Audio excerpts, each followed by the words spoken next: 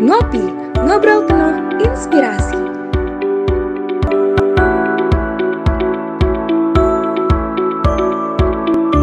Halo, selamat malam Sobat Ngulik dimanapun kalian berada. Kembali lagi di Ngopi Podcast, ngobrol penuh inspirasi.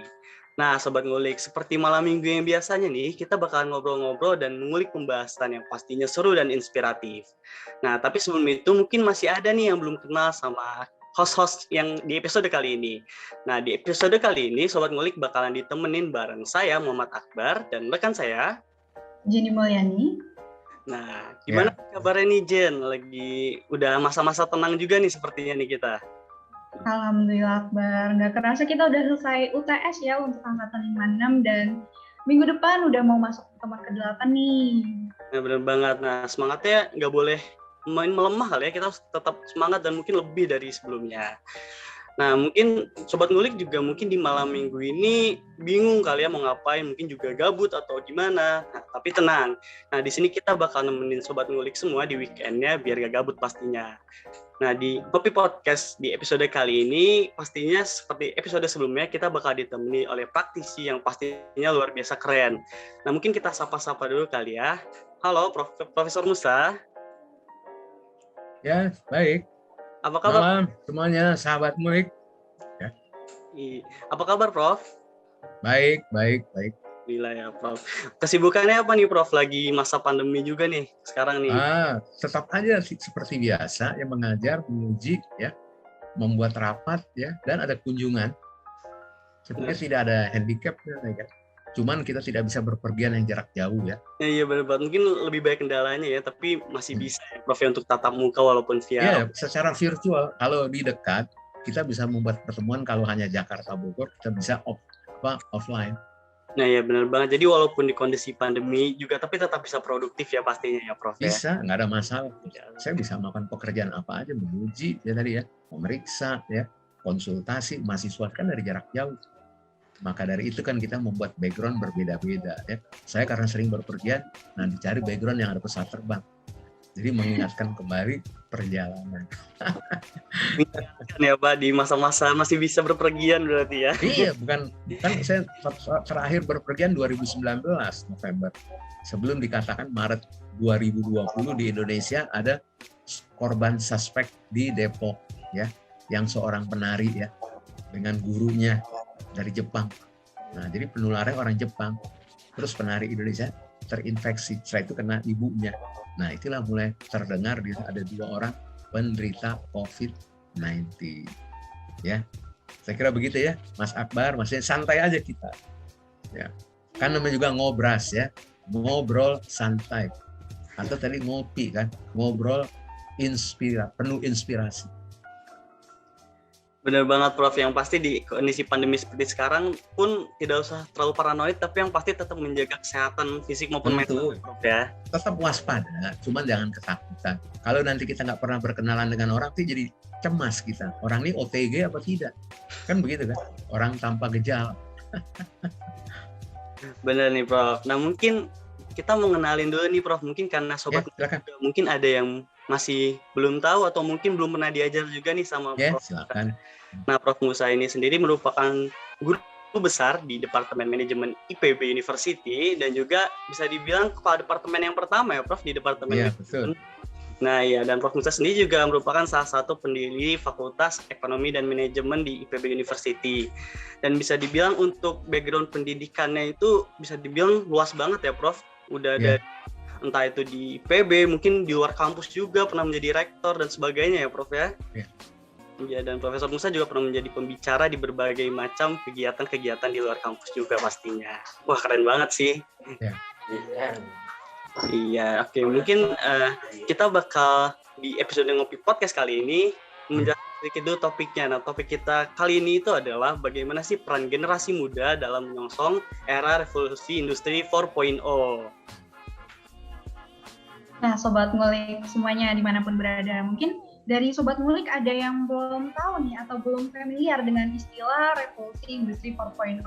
Kebetulan di sini kita ada narasumber yang sangat ahli di bidangnya. Jadi kita mau langsung tanya pendapat dari Prof. Musa sendiri, apa itu revolusi industri dan bagaimana dampak revolusi industri 4.0 tersebut terhadap dunia pendidikan di Prof, terutama pendidikan tinggi.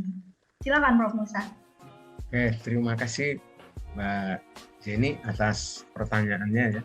Jadi intinya kalau kita berbicara industri 4.0 atau 4.0, itu intinya kita berbicara adalah industri yang menggunakan teknologi digital. Khususnya apa? Menggunakan Internet of Things ya, dan menggunakan apa? Big data. Ini yang kita kenal apa? Sebagai VUCA. VUCA itu ada dua macam ya. Ada VUCA 1, VUCA 2. Kalau VUCA 1 itu tahun 60-70, itu yang disebutnya perang dingin antara Amerika dengan Rusia. Makanya VUCA 1 diartikan apa? Volatility, uncertainty, ya. Kemudian apa? Ada yang kita sebut dengan complexity, dan terakhir apa? Ambiguity. Nah, di era kita VUCA 2 ya, yang muncul di tahun 2015 itu memunculkan konsep yang kita sebut dengan apa? Diganti kata volatility menjadi apa? Semacam velocity atau volume. Jadi kita berbicara kegiatan. Jadi kita tidak berbicara mengenai volatilitas, kan artinya menguap ya. Banyak volatil itu kan artinya banyak gangguan ya. Jadi mudah sekali menguap atau mencair. Nah, yang kedua, yang tadi disebutnya kita sebut uncertainty, ketidakpastian, diubah menjadi kata apa? Understanding, pemahaman.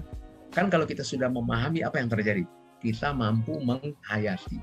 Kalau kita mampu menghayati apa? Terakhir Pak, mampu apa?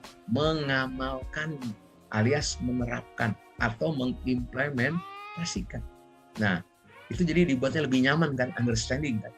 Tadi kata complexity diubah lagi menjadi kata apa? Yang kita sebut dengan apa? Clean and clear. Bersih dan jelas. Jadi seperti ini Mas Akbar dan Mbak Jenny, dalam berbicara kita nih harus jelas dan juga apa? Jernih, bisa dipahami. Maka kan tadi kan recording sudah siap apa belum? Kan begitu itu ya, disebutnya clear and clean. Bisa menangkapnya clear dari segi penugasan, clean dengan dari apa? Transparansi. Ini yang kita sebut dengan good government atau good corporate government. Kalau levelnya di swasta namanya GCG, kalau di pemerintah namanya GG ya. Good governance. Beda kan ya? Nah, jadi kata C itu sudah berubah ya. Terakhir kata A-nya itu ya, yang tadi ambiguity berubah. Jadi untuk mengerti revolusi industri 4.0 ini harus mengerti itu dulu, pengertian VUCA 1, VUCA 2. Nah, VUCA 2 ini yang berkembang 2015 sejak ada Klaus Schwab dari Jerman, seorang entrepreneur dan juga seorang merangkap menjadi akademisi yang berjiwa wirausaha. Ya, jadi dia mengatakan yang namanya A itu tidak ambiguity lah. Kita hidup sekarang di era yang penuh dengan apa? Kelincahan, agile, ya. Tapi agile aja nggak cukup. Kita harus bisa apa? Adaptability. Nah sekarang seperti kita hadapi ini adanya pandemi COVID-19. Kita jangan menyikapi apa? COVID-19 ini sebagai hanya penyakit yang membahayakan. Justru di sini kita harus menganggap COVID-19 ini adalah apa? Semacam fenomena. Ngerti ya? Yang kalau kita sikapi dengan bijak, kita hidup berdampingan, tapi bukan kita hidup berdamai dengan mereka. Ngerti ya? Kita menjaga agar jangan terpapar. Maksudnya apa? Makan yang baik. Ngerti ya? Hidup yang apa nih? Cukup rekreasi, kemudian apa? Cukup istirahat, ngerti ya? Dan beribadahnya baik dan tetap berinteraksi. Itu yang dimaksud dengan kehidupan yang sehat, ya. Jadi beradaptasi. Kalau tidak, nanti kita kembali lagi ke abad apa? Sebelum abad 21, abad 20. Itu ucapan dari Profesor Harvard yang terkenal, Hamel dan Prahalat di dalam ilmu strategi mengatakan, if you don't want to change, you will die. Tapi kan kita nggak mau mati. Nah, manusia itu adalah makhluk yang pandai beradaptasi. Coba Anda lihat, dinosaurus pernah Anda dengar kan? Mungkin pernah nonton di film kan? Dinosaurus badannya besar, tapi otaknya kecil. Ngerti ya? Hanya sebesar korek api badan. Kan beda dengan manusia. badan kita terlalu besar, tapi otak kita nih sebesar kepalan tangan kita. Jadi seimbang manusia dengan besar kepalanya. Kalau dinosaurus kan tidak. Maka waktu terjadinya meteorit jatuh ke bumi dianggapnya kembang api. Padahal itu kan bisa membunuh mereka. Nah, dia lupa bagaimana menyembunyikan badannya. Kalau manusia kan sederhana, masuk ke dalam goa, ya. Begitu kan, makanya dulu ada manusia goa, bisa menangkap. Itu sebab musabatnya. Terus ada makhluk yang lebih cerdas lagi, siapa? Kecoa. Kan lambang dari milenial kan ya. Nah, jadi saya kira begitu ya. Jadi kata kuncinya dari VUCA. Nah, VUCA 2 inilah yang memunculkan pentingnya digitalisasi. Kita sudah nggak zaman lagi berbicara analog. Sekarang kita berubah apa? Merubah dari angka ke dalam bentuk apa? Transformasi biner. Kan dengan biner banyak kemungkinan yang bisa dibuat. Tapi kalau angka hanya 0 sampai 10. Kita lebih. Lainnya adalah kombinasi. Bisa dipahami? Ya. Tapi kalau 01 iya tidak. Tidak ya, kan tinggal dibulak-balik. Nah, itulah cara kerja komputer. Disebut machine learning interaction. Ini yang kita kenal sebagai artificial intelligence, ya. Ini yang memunculkan adanya revolusi industri 4.0, ya. Kata kuncinya ada artificial. Sebelumnya juga ada revolusi industri 3.0. Itu baru hanya berbicara apa? Teknologi informatik. Jadi baru berbicara pentingnya komputer. Paham ya? Dan belum mengerti pentingnya adanya internet. Nah, internet ini berkembang sejak setelah tahun 2015. Kalau di Eropa mungkin sudah di Amerika 2011. Mengapa? Bill Gates pernah mengatakan kita harus WFH pada tahun 2015. Bisa dibayangin? Jadi Bill Gates bukan konspirasi, sebetulnya begini. Semakin orang itu cerdas, semakin orang itu kreatif dan inovatif, orang itu tidak boleh bekerja diatur seperti jam kerja tukang kebun, ya. Bukan kita mendegradasi tukang kebun. Tukang kebun nggak mungkin dia bekerja malam hari, kan ada jamnya. Nah, jadi bisa membedakan. Kalau kita orang yang super kreatif, sama dengan para artis, kan tidak mengenal batas waktu. Bisa dipahami ya. Nah, makanya mereka bisa menjadi terjebak penggunaan obat-obat karena supaya dia tetap tampil segar. Nah ini, jadi efek 4.0 itu ya, kalau secara teknologi untuk memudahkan kehidupan manusia. Bahkan sekarang Anda dengar, pertanian di daerah gurun pasir pun bisa dilakukan. Anda mungkin nggak percaya ya, di Cina sudah berhasil merubah gurun Gobi menjadi ladang pertanian yang subur. Tetapi apa? Di sini nggak bisa manusia, Anda kan di padang pasir. Sama dengan di Ethiopia yang kering kerontang. Bahkan di Arab Saudi sekarang. Banyak lahan kering sudah bisa dirubah menjadi lahan hijau royo. Kan beda dengan di kita. Lahan hijau royo dibuat gurun oleh kita. Karena apa? Pohonnya ditebang. Ya, akhirnya panas kan, Anda lihat kan? Terjadi longsor, terjadi banjir. Jadi manusia menciptakan kerusakan. Nah, kelebihan daripada pertanian modern yang disebutnya smart farming. Kita menggunakan apa? Tadi teknologi digital, kata kunci artificial intelligence dan big data. Dan ada Internet of Things. Kan Anda ini sekarang punya handphone sama dengan saya. Sekarang Anda cukup mengendalikan kehidupan dengan handphone. Buka pintu, nyalain lampu rumah, tidak perlu tangan kita bergerak. Jadi yang berguna apa? Jempol. Nanti kita khawatir manusia jarinya kurang, hanya jempol doang. Ya, nah itu kurang lebih supaya apa nih? Ada joke-nya ya, jangan terlalu kaku ya. Nah, jadi sekarang pertanyaan dari Mbak Jenny ini kan dikaitkan dengan masalah dunia pendidikan tadi ya. Nah, jelas adanya revolusi 4.0 yang sangat penuh dengan teknologi yang kadang-kadang tidak ramah kepada kita. Kita nih sekarang harus bisa membuka web ya. Dari ini nih, nggak perlu buka komputer. Luar biasa kan, berarti problemnya sederhana. Beli handphone atau smartphone yang agak lumayan harganya. Mungkin 8-10 juta baru powerful ya. Kalau yang 4 juta ke bawah problem memori. Nah, bisa menangkap ya. Jadi disinilah Anda sebagai calon generasi muda dan generasi penerus harus mulai menyadari keberadaan teknologi jangan disikapi paranoid akan menggantikan manusia. Tidak, tetap manusia akan menjadi penyumbang ide. Tadi saya katakan ide WFH sudah muncul sejak tahun 2013 dan 2015. Karena sekarang muncul WFH, dianggapnya Bill Gates membuat teori konspirasi. Sebenarnya bukan. Dia hanya ingin memberikan kesempatan. Kan di Indonesia ini pinter goblok sama aja. Paham nggak? Ya, nggak ada bedanya orang pinter goblok. Ya, sama.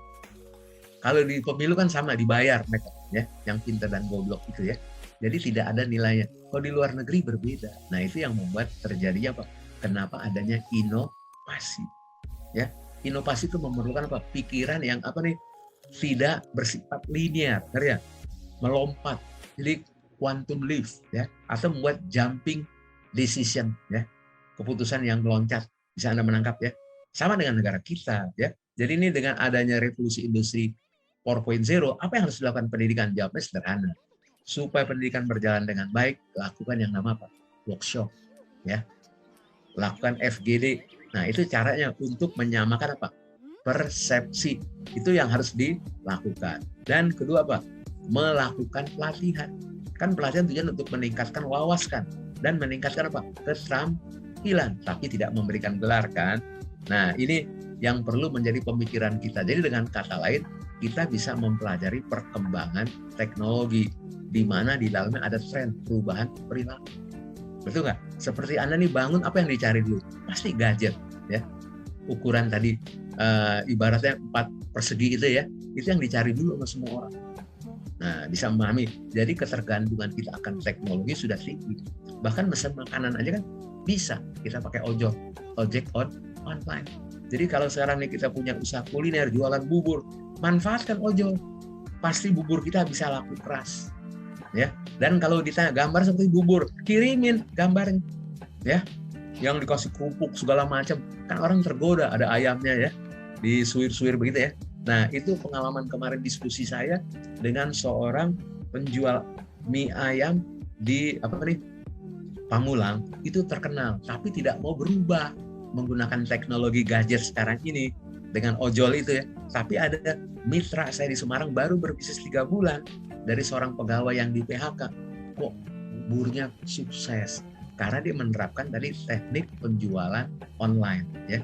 Jadi marketing online yang merupakan bagian apa? Digital marketing ya. Jadi yang harus dilakukan oleh perguruan tinggi adalah jelas tadi untuk mempertemukan itu ada workshop ya, ada WGD, FGD focus group discussion atau melakukan diskusi teknis ya, di samping melakukan pelatihan. Dan akhirnya apa?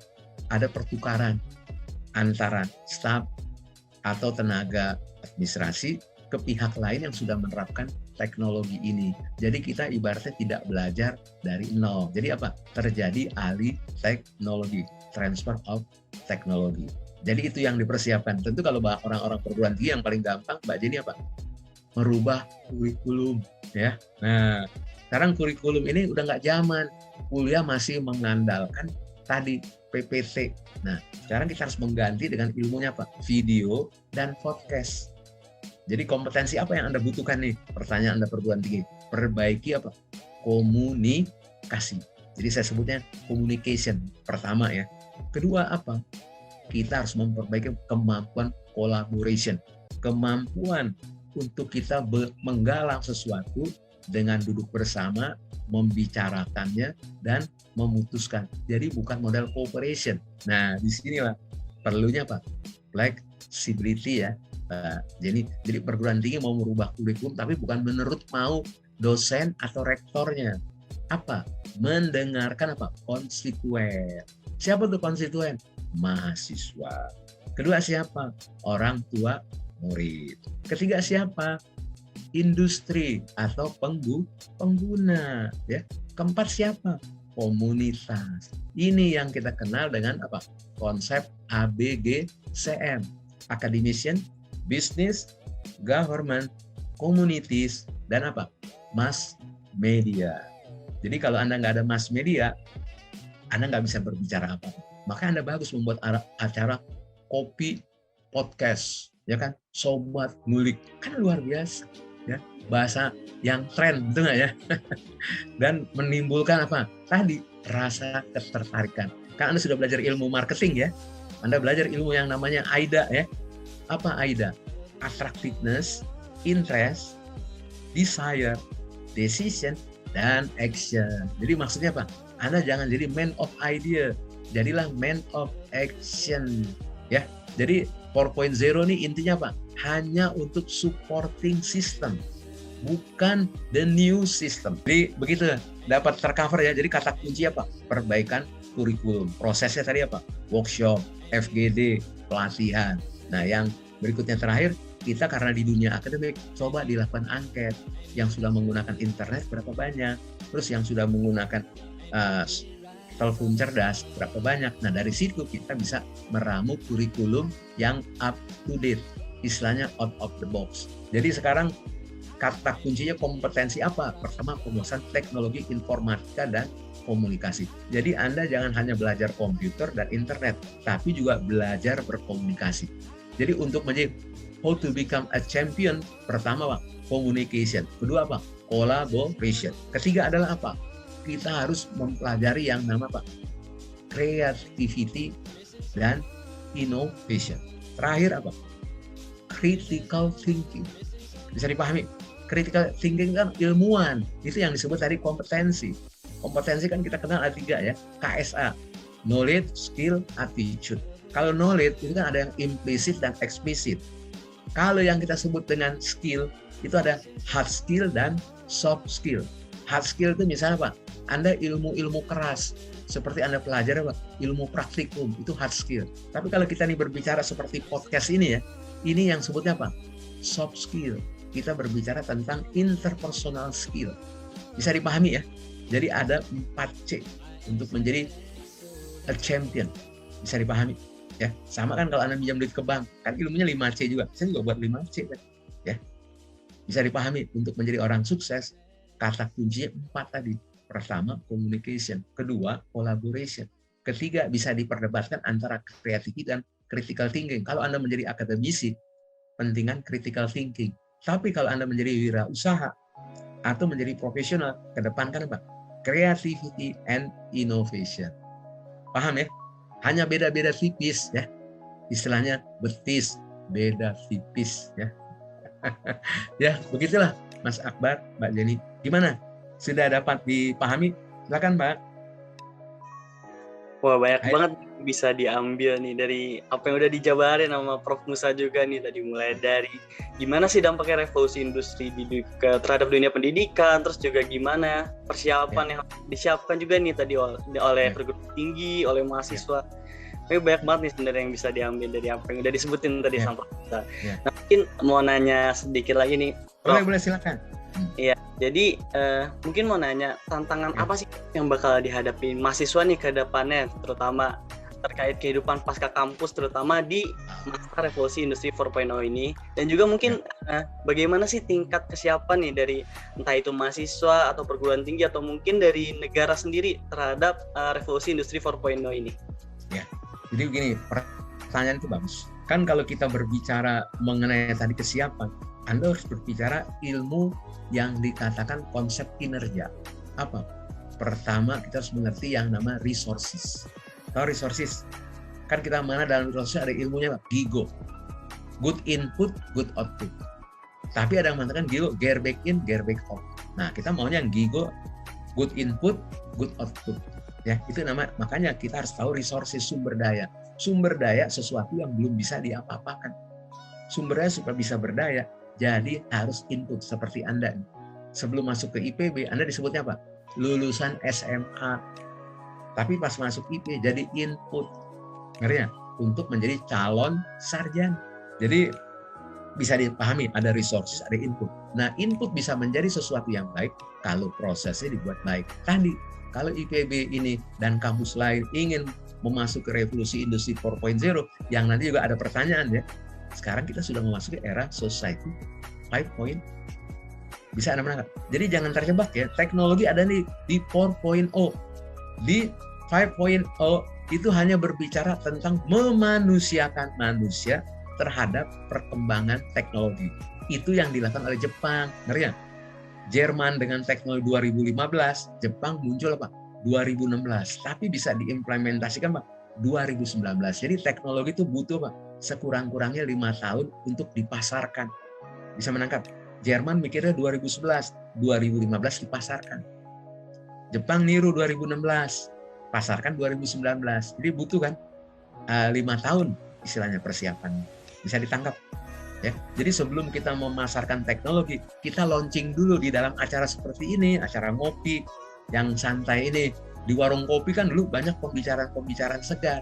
Ya, waktu kita merdeka, karena ngomong di warung kopi itu Bung Karno, mungkin Bung Hatta, Bung Syahrir. Sekarang kan nggak ada budaya gitu ngopi. Kayaknya ngopi takut, betul nggak ya? Betul nggak ya? Nah, kan dianggap kalau ngopi ini sekarang apa? Ngomong politik intensif kan ya. Jadi beda dengan tadi kan ya, penuh inspirasi kan ya, beda lagi. Jadi karena setelah proses kita harus berbicara output itu hasil. Kalau Anda ini kan di sekolah di ilmu manajemen atau Depman, keluar jadi sarjana, itu nama output. Tetapi kalau Anda bisa memberikan manfaat bagi keluarga dan lingkungan, itu namanya outcomes. Bisa menangkap? Jadi ada bukan sekedar luaran ya. Sama kalau kita motong singkong sekilo kan berkurang beratnya kan, itu output. Tapi kalau singkong saya rubah jadi combro dan misro, itu outcome. Karena apa? Bisa dijual, ya. Misro untuk anak-anak, kasih gula, combro kasih cabai untuk orang yang suka pedas kan begitu kan ya. Ini makanan klasik, udah nggak ada lah, udah langka ya. Bisa pahami ya, combro ya, makanan langka. Nah, itu namanya output dan outcome. Bisa membedakan kan ya. Jadi kalau Anda udah lulus tadi, persiapan setelah Anda lulus itu nama outcome. Kalau Anda baru lulus namanya output. Nah, sekarang gampang untuk mencapai output. Proses, ikuti semua kuliah dengan baik, ya. Capailah nilai minimal apa? C nilainya. Cukup kan nilai C ya. Kalau Anda mau hebat, cari B dan A. Kalau A excellent, tapi kan belum jaminan bahwa Anda jadi pimpinan, ya. Kebanyakan yang jadi pimpinan yang nilainya C. Kenapa nilainya C? C kan champion. Lulusan C itu champion, ya. Kalau B apa?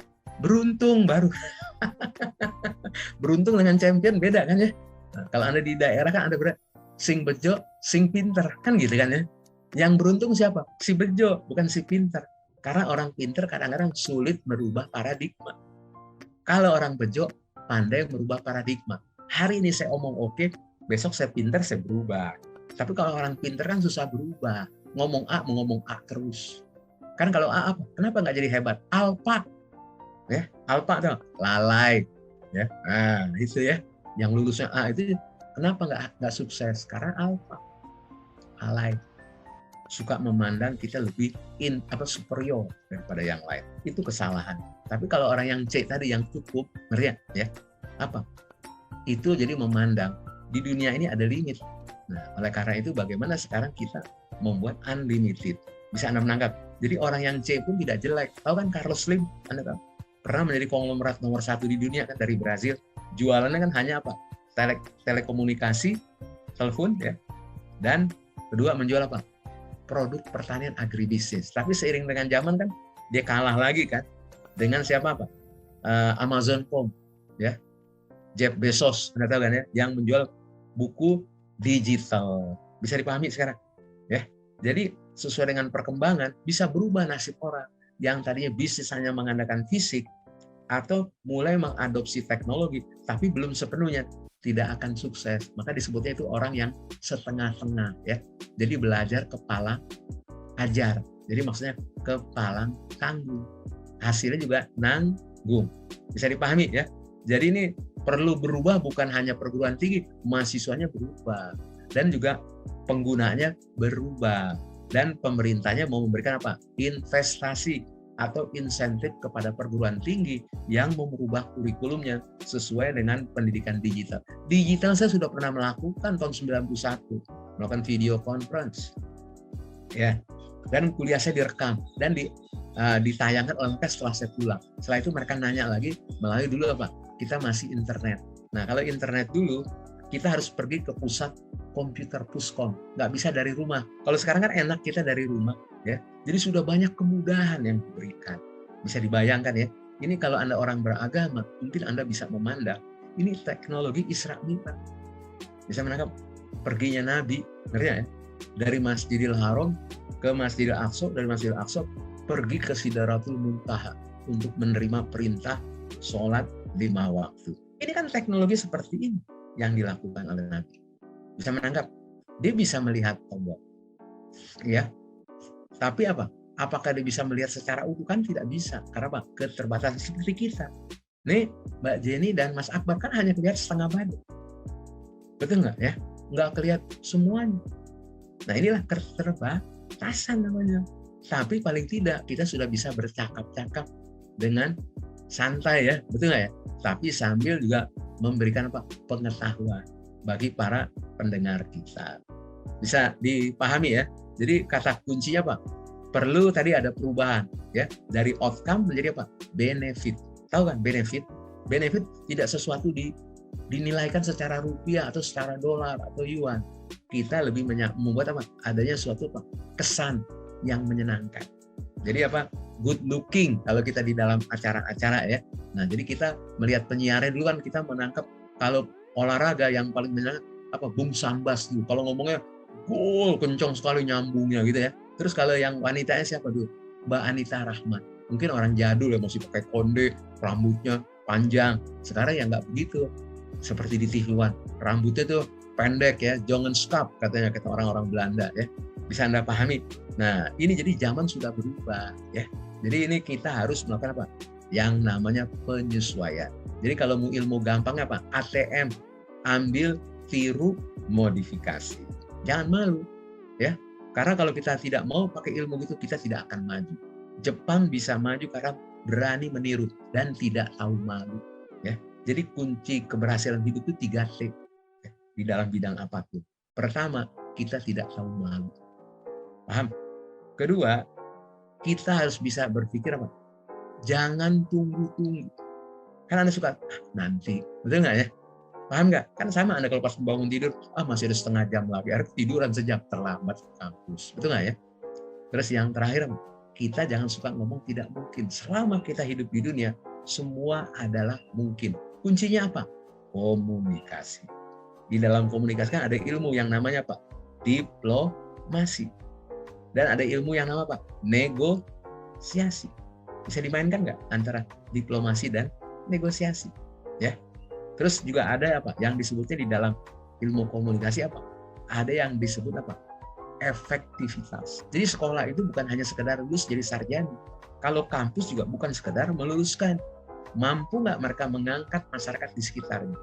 Mungkin Mas Akbar dan Mbak Jenny tahu kan IPB punya program lingkar kampus. Berhasil nggak program? Padahal banyak orang pintar di IPB. Gagal atau berhasil? Jawab dulu. Gagal kan? Karena hampir sekarang kelihatannya kok kesenjangan kampus dengan masyarakat di sekitarnya semakin melebar. Karena apa? Kampus itu hidup di dunianya tersendiri, tidak memahami. Dia ibaratnya apa? Seperti kolam dengan ikan. Paham nggak Anda sekarang? Kampus itu ibaratnya kolam. Ya, ikannya siapa? Ya warga. Dan Anda ini dosennya, pegawainya. Mengerti nggak? Jadi ilmu stakeholder. Jadi ikan kan kalau nggak ada airnya mati nggak? Mati. Air kalau nggak ada ikannya sepi nggak? Sepi. Ya, paham? Jadi air itu bisa jadi sumber kehidupan kalau ada makhluk. Kalau nggak ada makhluknya ya nggak bisa. Sama dengan perguruan tinggi. Perguruan tinggi itu adalah sumber air. Maka air itu dianggap ilmu pengetahuan. Jadi kita tidak boleh menjadi one man show. Ngerti ya? Dan menjadi Superman. Kan Anda lihat dalam film Superman. Karena saking hebatnya Superman jadi lupa diajarkan cara menggunakan pakaian. Ya, kan celananya di luar. Ya, bukan model kan itu kan ya. Artinya apa? Kesalahan dari orang Amerika. Ya, jadi orang Amerika hebat, tapi kadang-kadang hal kecil dilupakan. Ya, bisa dipahami. Sama dengan orang Jepang. Orang Jepang itu selalu berubah, tapi dia lupa. Berubah itu perlu apa? Proses. Bisa dipahami. Proses itu tadi, kalau ditempuh dari resources sampai menjadi impact, kita butuh apa? Feedback, umpan balik. Seperti Anda nanti buat acara podcast. Ini gimana nih berikutnya supaya lebih menarik?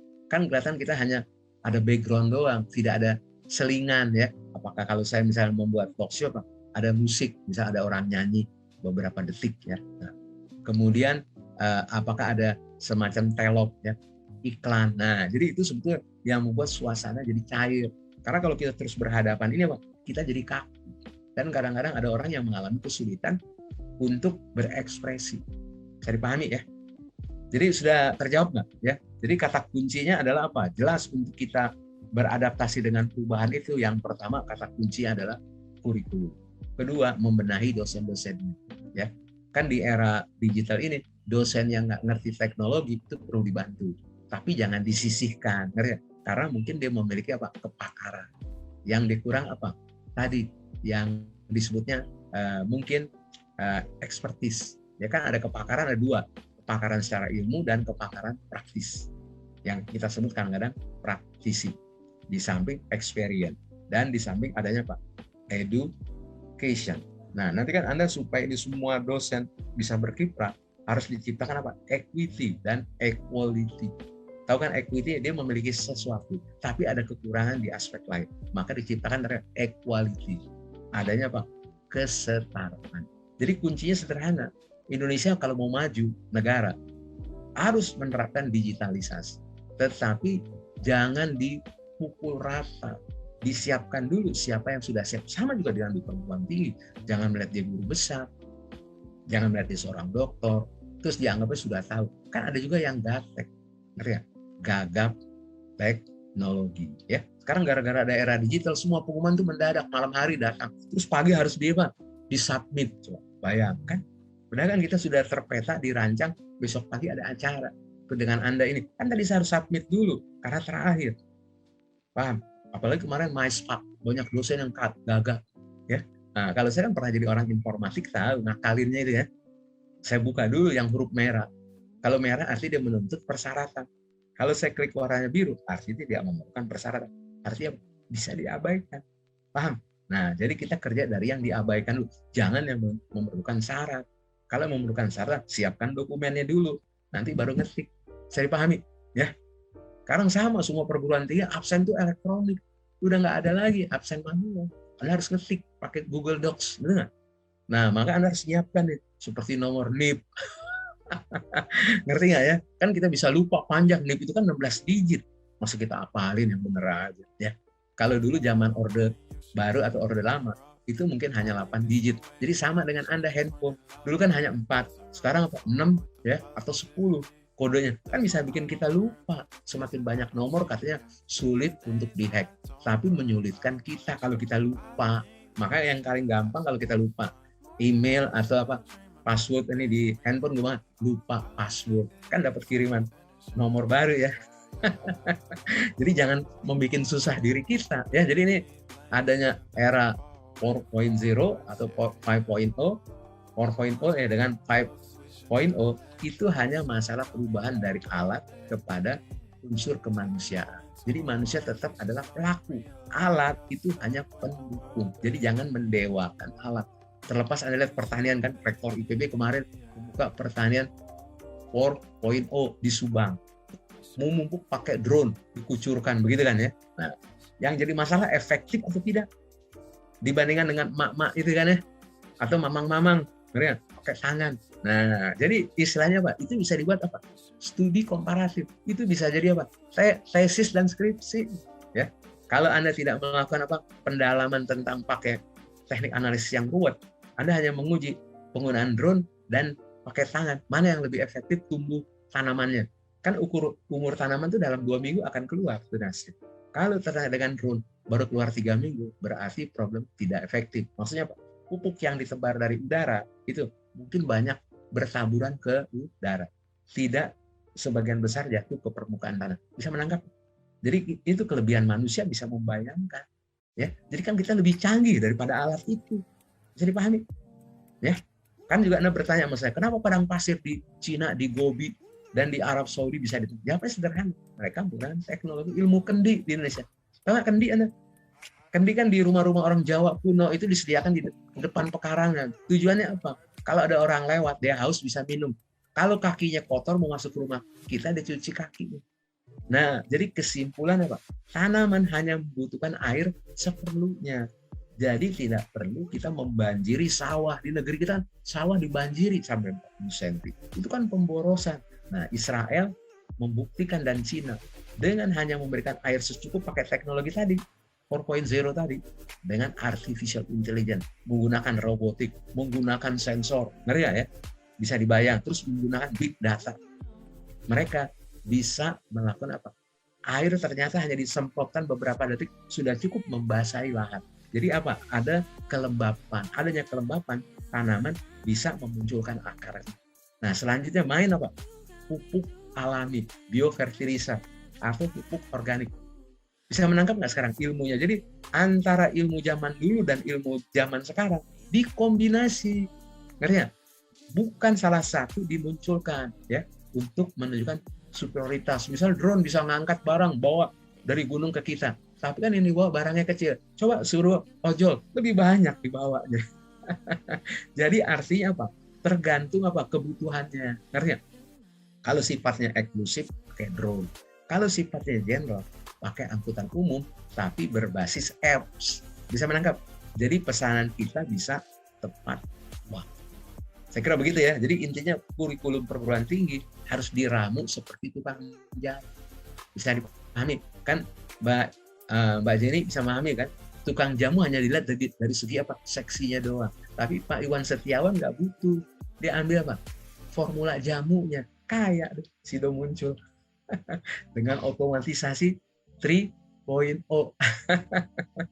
Bisa menangkap ya? Jadi kita jangan terjebak. Perkembangan teknologi itu sesuai dengan apa? Produknya. Dan apa? Penggunanya. Jadi Anda kan semua belajar di ilmu manajemen. Kita tidak bisa hanya berbicara SDM. Tidak hanya bisa berbicara produksi, tidak hanya berbicara keuangan, tidak hanya berbicara tadi pemasaran, tapi kita juga berbicara tentang apa? Yang namanya litbang, penelitian dan pengembangan. Yang suka diplesetkan apa? Sulit berkembang, ya. Paham ya, Mbak Jenny dan Mas Ahmad? Silakan, atau Mas Akbar, silakan. Ada lagi? Baik, terima kasih atas jawabannya yang sangat lengkap sekali dari Prof. Musa. Nah, untuk Sobat Melek semuanya, mungkin bisa diperhatikan lagi, tadi ada beberapa yang harus dipersiapkan oleh kita sebagai mahasiswa, yaitu 4C dari Prof. Musa, Communication, Collaboration, Creativity dan Innovation, serta Critical Thinking. Terus untuk persiapan dari pemerintah juga bisa menyiapkan resource-nya, yaitu good input, akan menghasilkan good output, serta dari perguruan tinggi bisa untuk memperbaiki kurikulum dan mempersiapkan human resources-nya, sehingga output akan berubah menjadi outcome dan menjadi benefit serta impact-nya. Nah, Prof. Musa, mungkin ini sebagai pertanyaan terakhir untuk podcast pada episode kali ini. Kami ingin tahu sedikit apakah ada pesan dan harapan dari Prof. Musa sendiri untuk mahasiswa dalam menghadapi revolusi industri 4.0 ke depannya dan berbagai perubahan ataupun ketidakpastian yang akan terjadi di kemudian hari ini. Mungkin boleh silakan kepada Prof. Musa. Ya, jadi kata kunci untuk mahasiswa menghadapi masa depan, pertama adalah harus menguasai literasi. Ya, literasi itu apa yang harus dikuasai? Literasi angka. Tetap numerik harus Anda kuasai. Kalau tidak, Anda tidak bisa menulis besaran berapa gaji Anda, berapa insentif Anda. Ya, itu literasi angka, numerical literation. Kedua, digital literasi. Jadi mengenai kemampuan tadi membaca digital. Sekarang semua dokumen kan apa-apa sudah digital. Contohnya mau masuk kampus IPB, Anda sudah dengar kan, ada berita terbaru. Anda harus mengupload Peduli Lindung. Nah, jadi terpaksa saya harus buat 2 handphone, satu untuk Peduli Lindung di sini. Jadi kalau dihidupkan apa? Dia kan terus memonitor kan, nyala terus kan ini kan ya. Jadi handphone saya yang satu lagi tidak terlacak. Nah, jadi kita ke handphone yang lain jangan satu handphone. Nah, nanti kan ada scan-nya tuh, ada fotonya ya. Kita tinggal nyari barcode-nya, kita potret. Kan saya sudah punya apa di sana apa vaksinasi 1 dan 2 kan sudah selesai. Jadi mengamankan diri itu juga pengumumannya mendadak kemarin, ya. Nah sekarang kan sederhana. Walaupun saya guru besar, mungkin kan membeli di store itu bukan hal yang kerjaan gampang, betul nggak? Nah saya memanfaatkan itu anak-anak saya, anak milenial, ya. Nah itulah yang namanya kolaborasi, paham? Ya, jadi itu kemampuan berkolaborasi perlu antara orang yang berpendidikan tinggi tapi tidak terampil. Ada orang yang terampil tapi tidak berpendidikan. Kalau dikombinasi terjadi apa? Optimasi. Dua-duanya apa? Mendapatkannya. Ya, yang satu men-share tentang keterampilannya, kita mendapatkan pengetahuannya bahwa ini diperlukan. Kalau Anda tidak siap begitu, Anda berbahaya nanti masuk kampus ditolak. Itu kan nggak lucu, ya betul nggak ya? Artinya apa? Menunjukkan tidak kesiapan. Itu yang disebut tingkat kesiapan. Ya, jadi kata kuncinya adalah apa? Literasi ya, tadi ya saya sebutkan ya. Jadi ada literasi angka, literasi digital. Yang kedua, kita harus mempelajari apa? Kompetensi yang dibutuhkan di abad sekarang. Apa yang pertama? Komunikasi. Mari. Kedua apa? Kolaborasi. Ya. Ketiga adalah apa? Kita berbicara yang namanya apa? Network. Jejaring. Anda mau maju sekarang Pak, perlu punya jaring. Seperti kemarin saya diundang tiba-tiba untuk membuat talk show dengan 2 mantan menteri. Kan repot. Ya. Nih, Mas Akbar dan Mbak Jenny. Itu yang tadi saya pentingkan tadi apa? Waktu kita berbicara 3 literasi ya, mohon maaf saya ada kelupaan tadi ya. Ada literasi angka, ada literasi digital, sebelumnya literasi bahasa. Language literation. Paham ya? Jadi Anda jangan terjebak dengan bahasa lokal. Belajarlah bahasa internasional. Dan jangan terjebak dengan slang. Atau istilahnya intonation, atau yang disebutnya apa nih? Pronunciation. Kan kita punya, pasti ada masalah. Tapi orang bisa menangkap kalau kita ngomongnya bahasanya agak melengking, dianggapnya apa? Oh ini dialog British. Kalau ngomongnya agak oh ini dialog Amerika. Terus kalau ngomongnya agak sedikit sengal, oh ini dialek Eropa. Jadi mereka sudah, tapi kalau ada bau campur-campur, ini orang Melayu. Jadi mereka sudah mampu mendeteksi itu. Jadi akhirnya muncul apa? Penyamaan persepsi. Kalau saya misalnya mengatakan, bagaimana Anda menangkapnya agak kurang jelas? Nah, kalau kurang jelas, seringlah undang saya. Kan saya bisa joking begitu. Nanti barangkali bahasa saya akan sama dengan Anda. Karena saya minum airnya dari Indonesia, bukan minum air di negara Anda. Jadi kayaknya lidahnya masih belum sinergi ya, dengan makanan yang Anda berikan. Coba kalau kejunya saban hari saya dapat, barangkali bahasanya selancar Anda. Tapi karena makannya nasi, ya jadi agak lama. Kan kalau makan nasi kita agak banyak muak ya, karena kenyang. Nah, bisa menangkap ya. Jadi kayak gitu ya, ada 3 literasi. Terus yang kedua apa? Skill yang kita butuhkan ada 4. Terakhir apa? Entrepreneurship. Jadi kalau Anda nih jadi mahasiswa, hanya berpikir menjadi scholar, salah. Anda harus juga bisa, yang nama wirausaha bukan berarti merchant. Anda jangan salah paham. Merchant adalah bagian daripada entrepreneur. Bisa dipahami.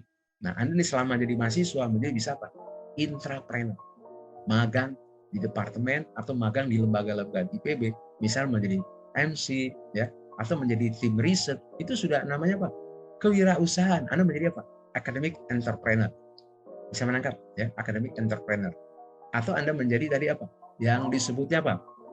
Art entrepreneur ya. Jadi wirausaha di bidang seni. Paham ya?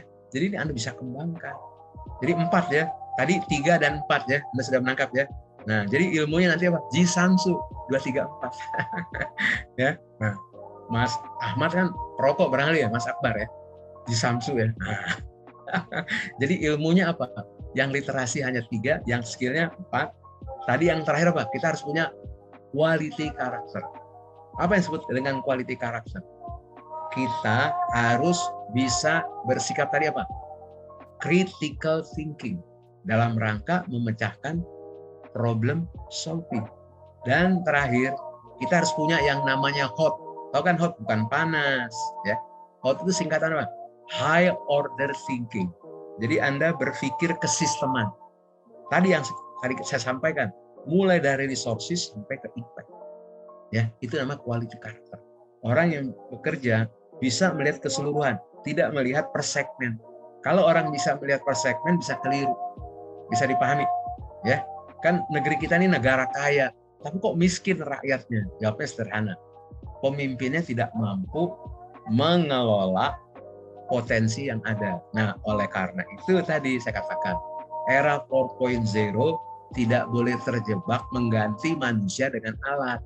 Makanya kita masuk ke era society 5.0. Bagaimana memanusiakan manusia di samping alat yang sudah ada. Jadi kita pun jangan menentang kalau ada kemudahan alat. Cuman barangkali kita memperbaiki apa? Kemampuan tadi berpikir kreatif yang tidak dimiliki alat. Alat kan berpikirnya hanya apa? If then, ya, for next, bisa menangkap. Kalau manusia kan bisa di luar itu, ya, antara if then dan for next. Kita bisa when, ya, bisa why. Kalau yang namanya alat nggak bisa, ya, karena dia sudah dirancang, ngerti ya? Jadi didesain. Manusia kan tidak didesain. Otak setiap orang kan berbeda kan, tergantung apa? Makannya, lingkungannya, dan kedua mau belajar. Jadi pahami. Nah, ya, yang keempat apa? Kita mau beradaptasi. Nah, jadi saya kira itu ya. Jadi ilmu kan tadi apa? 2, 3, 4 kan, saya balikkan ya. 2, 3, 4. Ada quality karakter terakhir. Karena kalau kita depankan quality karakter, dikhawatirkan kita sulit memahami orang. Makanya dipilih literasi dulu. Dia sudah terdedah atau belum? Atau tereksposur. Baru nanti kita lihat skillnya. Ya. Jadi intinya dengan adanya era Society 5.0 ini ingin membuat kehidupan manusia menjadi lebih baik. Jadi alat-alat itu tujuannya bukan untuk menjadi pesaing. Alat itu menjadi apa? Pendukung kehidupan kita. Misalnya Anda lihat di Jepang kan, orang tua bisa mengendalikan dirinya, naik kursi roda tanpa dibantu. Kan kalau di Indonesia banyak orang, ada yang dorongin. Cukup dia pakai mesin dengan kecepatan rendah. Nah, orang itu diajarkan. Bisa dipahami. Itu yang disebutnya era masyarakat 5.0, ya, bisa mana, atau Society 5.0 atau 5.0. Jadi intinya kita bukan berpikir analisis. Sekarang kita berpikir bagaimana informasi itu bisa dikomunikasikan. Ini yang disebutnya era cyberspace. Ya, saya kira ini menjadi penting. Jadi nanti ada yang sifatnya fisik, ya, ada yang sifatnya non fisik. Jadi intinya kita berbicara dengan apa? Big data. Jadi intinya di sini kita diharapkan antara mesin dan manusia bisa berkolaborasi untuk memunculkan peran-peran baru. Jadi intinya kita tidak mengganti manusia dengan alat, tapi kita mencoba teknologi itu sebagai apa? Alat untuk membantu kita meringankan tugas-tugasnya, terutama negara-negara yang sudah manula seperti Jepang, Eropa, Amerika. Kan Indonesia ini beruntung yang Anda kenal bonus demografi ya, tapi gara-gara banyak pengangguran mungkin kita tidak menikmati bonus demografi. Karena apa? Dia tidak terdidik. Akhirnya apa? Menjadi manusia-manusia unskilled, ngerti ya? Bukan full skill. Nah ini yang perlu menjadi perhatian daripada perguruan tinggi. Perguruan tinggi bisa nggak membina orang-orang yang tidak beruntung masuk perguruan tinggi? Nah kuncinya perguruan tinggi harus bekerja sama dengan apa? Pemerintah. Apakah pemerintah daerah tingkatnya kabupaten, provinsi, atau dengan dinas ataupun dengan kementerian, ya, dalam rangka apa? Mencerdaskan kehidupan anak bangsa. Jadi intinya adalah kita ini menekankan pentingnya apa? Profesionalisme, kompetensi, dan tentunya akhirnya adalah tadi masalah kapasitas menguasai digital. Di samping masalah apa? Mental set yang sekarang kita kenal dengan konsep growth mindset, bukan fixed mindset.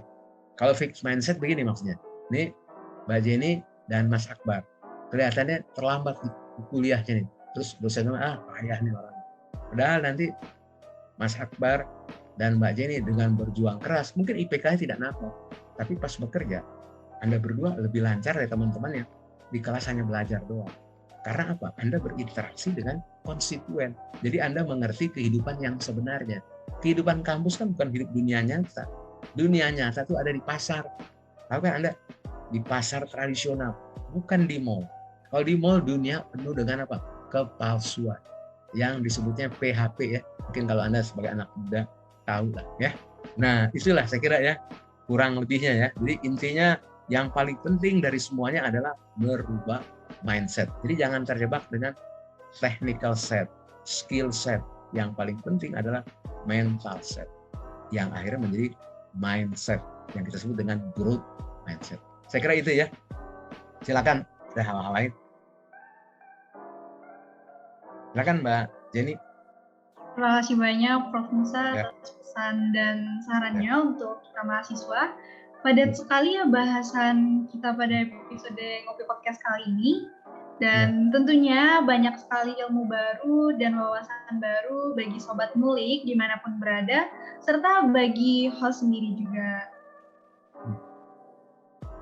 Tadi kita Silakan. sudah membahas mengenai apa itu revolusi industri 4.0 yang dimana kata kuncinya adalah IoT, Internet of Things, Big Data, Artificial Intelligence, mengenai perbedaan VUCA 1 dan VUCA 2, serta sudah diberitahu apa saja persiapan dari perguruan tinggi. Mungkin untuk episode podcast kita di malam minggu ini cukup sampai di sini. Pertama-tama mengucapkan terima kasih sebanyak-banyaknya Sama Profesor Musa yang sudah menyempatkan hadir dan berbagi ilmunya di podcast kali ini. Dan juga terima kasih kepada teman-teman atau sobat ngulik semua yang sudah menonton dari awal hingga akhir dan mendengarkan dengan baik. Sehingga semoga ilmunya banyak yang bisa diambil juga. Nah, untuk sobat ngulik, jangan lupa untuk nonton terus Ngopi Podcast di channel YouTube Center of Management. Dan jangan lupa juga untuk like, comment, dan subscribe. Dan pastinya jangan lupa untuk mendengarkan juga Ngopi Podcast di akun Spotify dari Future Stars IPB. Baik, saya Bay dan rekan saya Jadi Mulyani. pamit undur diri dan selamat berjumpa di episode Ngopi Podcast selanjutnya.